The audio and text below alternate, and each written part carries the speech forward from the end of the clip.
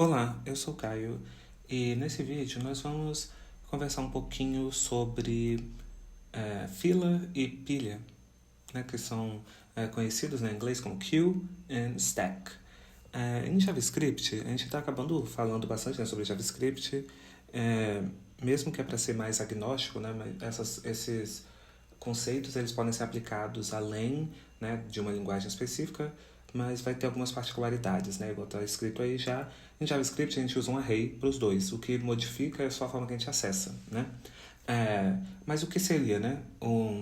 Uma fila e uma pilha. Acaba que as duas elas são bem similares e elas funcionam bastante de forma bem intuitiva do jeito que a gente pensa mesmo, né? Uma fila, você está numa fila de um banco. Como que funciona a fila do banco? Se você for a primeira pessoa a chegar, você vai ser a primeira pessoa a sair, né? Então, usa o FIFO, né, que é o jeito que descreve, né, que é o first in, first out, né? Isso é uma coisa de uma fila, né? Se você está pensando numa pilha, você pode pensar numa pilha de pratos, né? Se você vai, né, colocando uma pilha de livros, né? Quando você vai pegar ali o primeiro, você pega o de cima, o do topo, né? Então, você pega o último que você colocar é o primeiro a sair. Então, vem o LIFO, ou LIFO, né, que é last in, first out. Enfim. Então, aqui, né, eu só queria trazer um exemplo, né, com um array que tem esses números, né, que está de 1 a 6, e a gente vai aplicar algumas, né, operações e a gente vai conversar sobre como que você aplica isso, né? Vão ter outras linguagens de programação que elas vão ter estruturas de dados diferentes, né, e separadas, né? Porque uma das coisas, existe algumas vantagens de você usar uma pilha ou usar uma fila para resolver determinados tipos de problemas. A gente viu um problema específico no vídeo anterior, né, que era para validar os parênteses, e tem outros problemas também, né, mais complexos, que podem ser resolvidos usando essas estruturas de dados, né? O que vale, né, o que faz com que você prefira usar uma dessas duas estruturas ao invés de só usar um array? Toda vez que a gente vai criar, né, a gente cria um array, ele pode estar vazio, né, enfim. O que você faz? Você sempre dá um push, né, que é uma das operações, né, bem conhecidas. Você coloca ali um valor, né, e ok, né, ou você vai na posição específica, né, você vai ali na posição 0 e coloca, né. Mas o que acontece é que se você estiver procurando um elemento, você vai perceber que não é muito eficiente, né? Você vai ter que, se você quiser remover um determinado tipo de elemento também, assim, para você colocar um array normal, se você for colocar um elemento na última posição, eles vão chamar isso de odd 1, é uma operação constante, né? Você dá um push, o push, o que ele faz? Ele cria ali um espaço para você colocar o último elemento e coloca ali no último, né? Já que um array, eles são contíguos, né? Então, isso é uma operação que por trás dos panos, a gente pode dizer que é uma operação constante, né? Só que acontece que se você precisar de tirar o primeiro elemento de um array, já não é tão eficiente. Porque o que você vai precisar de fazer?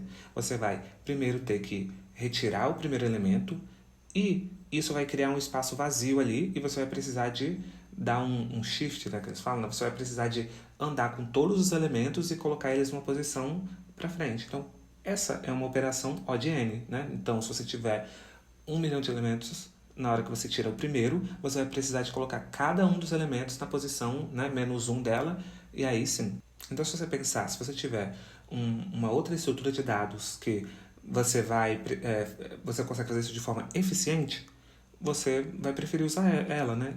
Por exemplo, quando você organiza as coisas em uma fila, por exemplo, você já sabe que a fila o primeiro que entra é o primeiro que sai. Então, a única parte onde você manipula é o início, né? Ali, né? Você não pode tirar nada do final, né? Você vai tirar sempre do início. E se o seu problema fizer sentido, então você usa uma fila. Por trás dos panos, ela é eficiente em fazer essa operação de tirar o do início da fila.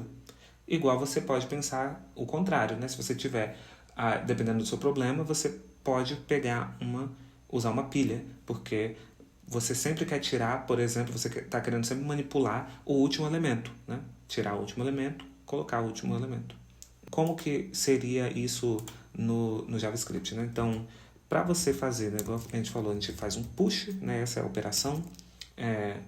Quando a gente quer colocar um elemento, né, por exemplo, aqui a gente tem esse 6, e aí se eu der um push, eu vou ter, então, aqui, sei lá, eu coloquei o valor 7, por exemplo, né, eu dei um push, isso é o equivalente de tirar do início é o shift, e se a gente estiver pensando como uma pilha, a gente vai fazer um pop, né? O pop é tirar da última posição e o shift é tirar da primeira.